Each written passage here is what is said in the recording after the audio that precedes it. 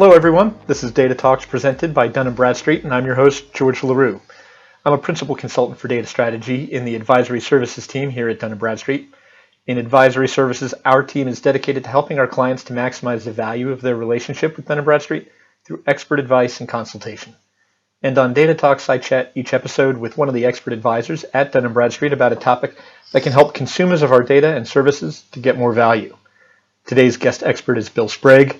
Bill is a data strategy consultant at Dun & Bradstreet. Bill, how long have you been with the company?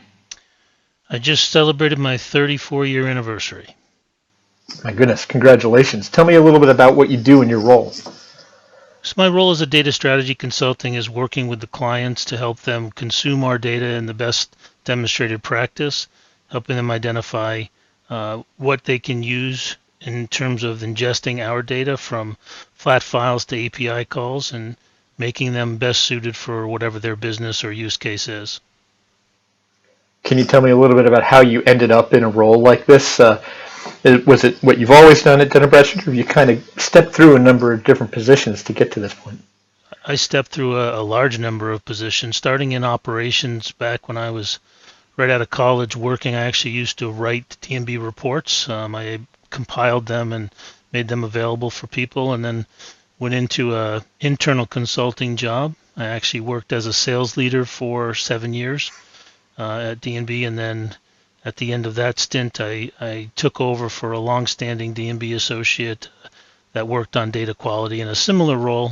From there, we morphed that position into what is now known as the DAS team, with us multiple consultants that we have working to help clients.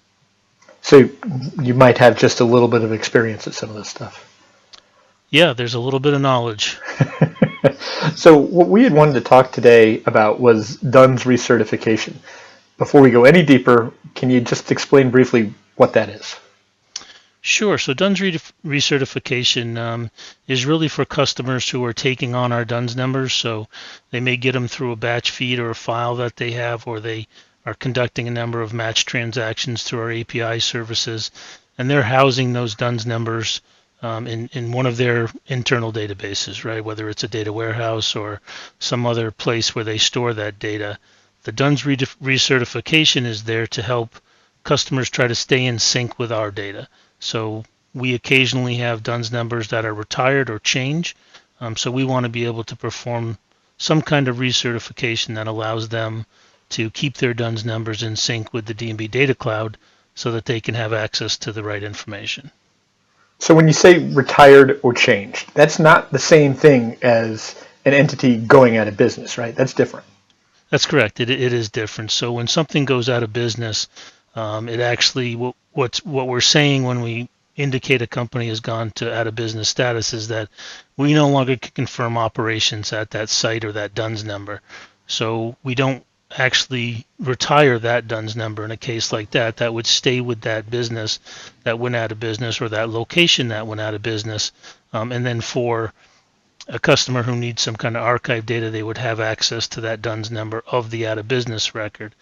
The recertification or the retired DUNS number is when we actually make a change to a site to give it a new DUNS number, either because of that company has had a duplicate identified, or through some kind of organizational structure had a change where we needed, based on our internal policies, make a change to that DUNS number. So one DUNS number is retired and another DUNS number survives, and the recertification will point them to the surviving DUNS number. Okay, so there are some cases where Dun & Bradstreet is going to assign a new DUNS number. You mentioned one of them being duplicates, and then you talked about some internal policies or procedures that would cause us to do that. I bet a lot of customers think that it doesn't happen all that often. Can you go into a little bit more detail on what would cause us to do that? Sure. We don't usually change DUNS number. It's not something that's a high rate of occurrence, but it's not uncommon either, right? There are reasons this can happen. I talked briefly about one where even through all our efforts to try to minimize the number of duplicates in our system, we occasionally find them. We have a process in place that sweeps our system looking for duplicates, and one is identified. We'll actually look at the two records that we have, and we'll make sure that we aggregate the data between the two, and one will be a surviving and one will be a DUNS number that gets retired. Another instance is they have some kind of organizational change where a location may have been a branch at one time, and they've made a change in that organization to have it become a headquarters location. In that instance, it's D&B practice to retire the one DUNS number that was a branch and keep the DUNS number that is now the headquarters, create a new one for the headquarters. So we'd want to, if someone came in looking for that company they had prior, we'd want to be able to point them to the new headquarters location. And through recertification, we're able to do that for them. So would something like a merger or an acquisition have a similar effect then, depending on how that was structured? It would. There are instances where merger acquisition is one of the activities as well. Some merger acquisitions are a buying company, if you will take a number of locations to add a business. So it's not that instance. That's an instance of taking something to add a business. But in a number of occasions, we see where they take over a business and change the structure, right? They'll change something that was a branch and make it a headquarters now due to their own, the new customer's organizational structure. So there are times when it will and times when it won't be a factor in that. So having to update a DUNS number as a result of this type of recertification, where we hand in, or a customer hands in one DUNS number and we say, hey, you're going to want to change it to this. That really isn't a result of Dun & Bradstreet screwed up. It's because there's more forces at work, right? That's correct. It's really around data dynamics, right? So, as you're aware, we have a data cloud of over 400 million records, and keeping up with that, those data dynamics is quite a chore.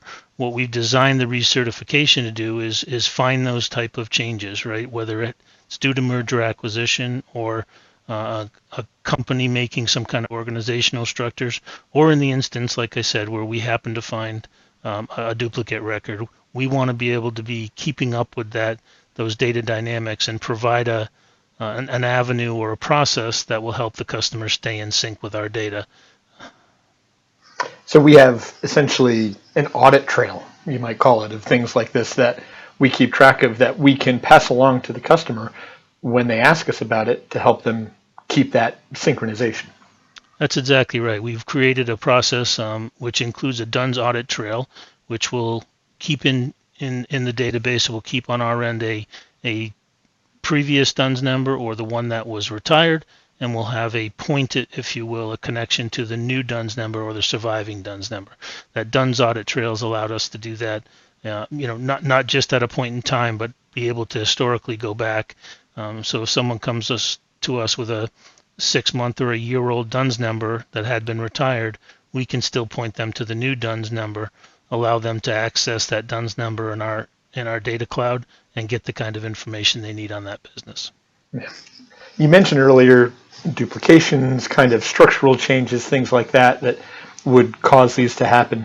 You mentioned that the rate is pretty low. Do you have senses of where that is at? Like how often does this happen? Yeah, from a duplication standpoint, it's in the very, very low range, 1% range. The last information I had, what it was about that range. So the amount that are affected by duplication is fairly minimal. In fact, when someone recertifies a file, we don't expect a large percent of the DUNS numbers that they have to get a new DUNS number, right? It would be the exception versus the rule when we point you to a new DUNS number. Most of the DUNS numbers would remain the same, and each time you came in to look for it, we'd provide you back the same DUNS number. But when it does happen where there's a change, we want to be able to have your data stay up and in sync with our data. So that's where the recertification process can help. So this recertification, we've been talking about it throughout. Is it automated? How does it work? That's a good question. There's a couple of different ways that recertification can happen. Up to this date, the technology has been so most people like to do it in a batch. So if they have 500,000 customers and vendors, they want to check them all at one time. So either annually or semi-annually, someone might come to us and ask us to recertify their entire list of DUNS numbers that they have. With modern technology that's come around in APIs, we do have the ability to set monitoring in place. So if you came in with that old DUNS number, the monitoring service or the API would actually direct you automatically, provide you with a small note or description of what happened with a code saying, due to our recertification, we've assigned a new DUNS number. Here's your original DUNS number. Here's the code of what happened, and here's the new DUNS number or surviving DUNS number for you. So you can do it in either batch or if you have the technology of the API installed, there's a way to do it through the API as well. So if you don't do this, let's talk about what happens if you're not recertifying your DUNS on some sort of periodic basis. What are the risks? What can occur with your data? What could be the downstream business impacts? Yeah, that's always the question in business, right? Is what's the risk of doing nothing? And in this case, the risk of doing nothing is becoming out of sync, right? It's having a population of DUNS numbers that you have stored in one of your systems somewhere that no longer exists. It's not a valid DUNS number in the D&B data cloud anymore. So not having some kind of recertification or process in place to get the new DUNS number, you're going to be out of sync, and the information you had on that DUNS number, whether it be firmographic or demographic information, no longer exists. And in fact, the DUNS number has been retired at D&B, and there's no data associated to it at all. Now, I've been in the data world a long time, and I know that companies use the DUNS number as a key. And anytime that you're talking about replacing a key, there's going to be challenges there. What are some of the biggest challenges from kind of an adoption standpoint of recertification to making this work and making it work properly?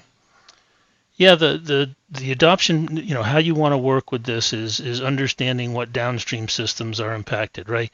Where do your systems house a DUNS number, whether it's as a unique identifier or just a carrying attribute or value that you have associated to that business.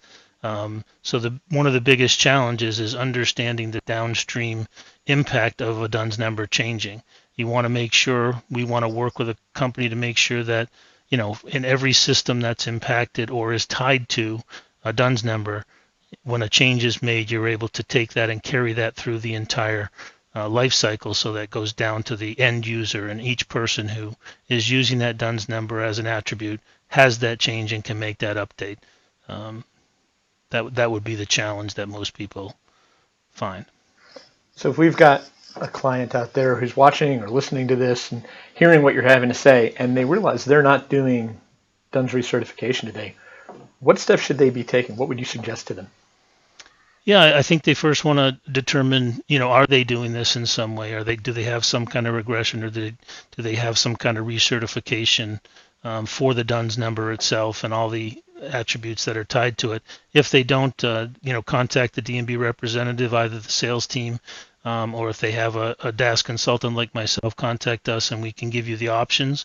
If your maturity, your technical maturity is that you're using the APIs and it can be done that way, or if we want to set up some kind of a batch processing, and then you'd have to determine too what kind of frequency you'd want to do that on.